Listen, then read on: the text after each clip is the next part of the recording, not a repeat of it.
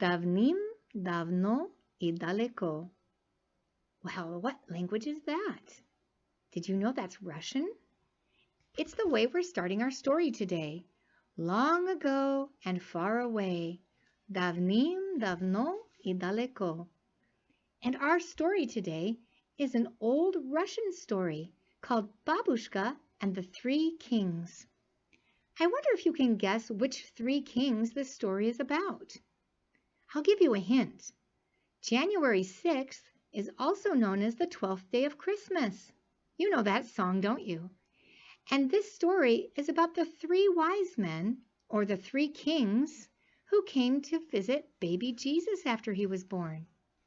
And Baboushka, that means grandma in Russian. She meets the three kings, and they want her to go and find the little rybyonek, the baby, with them. And they have to travel through the freezing cold sneg. Sneg is snow.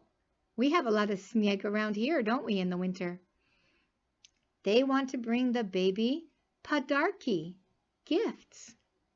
And Baboushka isn't sure she wants to leave her nice warm domik, her hut. So let's see if you can remember these words throughout the story. Rybyonek, that's a child or a baby. Sneg, snow. Padarki, gifts. And domik, hut. Davnim, davno I daleko.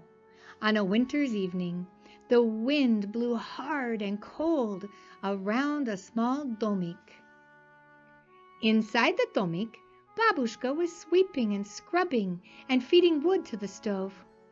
The old woman took pride in the clean comfort of her meager domik. The swirling sneg drifted and deepened outside. Baboushka's domik felt snug around her. Her warm stove was the center of a cold world. As day turned into night, a trumpet call sounded on the wind. A train of travelers was approaching. Leading the procession was a magnificent sleigh drawn by 3 white horses. In the sleigh rode 3 men, splendid figures, wearing jeweled crowns and cloaks of crimson and ermine. Men on horseback followed the sleigh, and behind them trudged men on foot. The procession stopped at the door of Baboushka's domik. Baboushka heard a knock. When she lifted the latch, the 3 strangers stood in the doorway.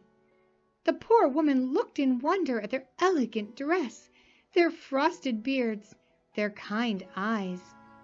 What manner of men were these? In answer to her thought, one of the 3 smiled and said, "We have been following a bright star to a place where a rybyonek is born. Now we have lost our way in the sneg. Come with us, Baboushka. Help us find the rybyonek, to offer him padarki and rejoice in his birth." Baboushka shivered in the cold. She hugged a shawl tightly around her thin shoulders. "Good sirs, come in and warm yourselves by the stove. I have not yet finished my day's work, and I shudder to go out on such a cruel night. Morning is wiser than evening. Rest here this night, and I will go with you in the dawn." "There is no time to linger, Baboushka," answered the strangers. "If you cannot come with us now, we must continue our journey." They turned and disappeared into the storm. Baboushka went back to her sweeping and scrubbing. Her work finished, she sat down to a lonely supper close by the stove. The warmth of the fire reached into her heart. She felt a sudden tenderness and joy for the newborn rybyonek. "What grand gentlemen those 3! They did seem like kings," she said aloud.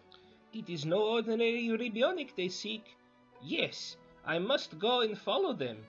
To find the new rybyonek, to offer him her padarki, was now her one yearning.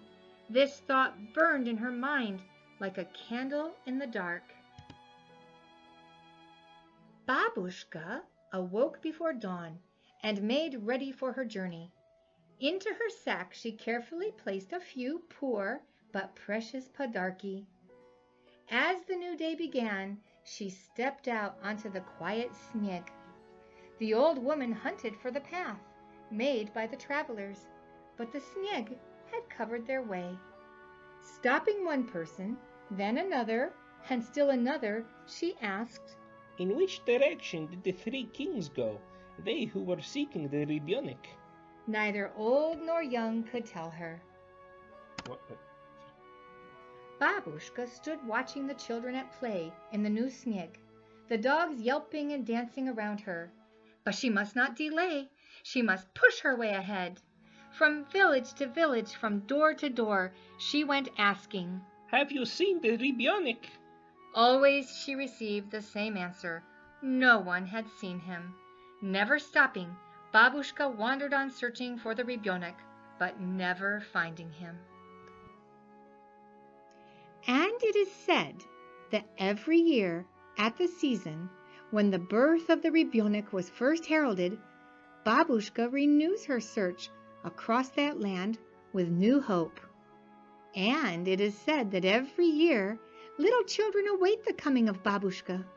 They find joy in the poor but precious podarki she leaves behind her in the silent night.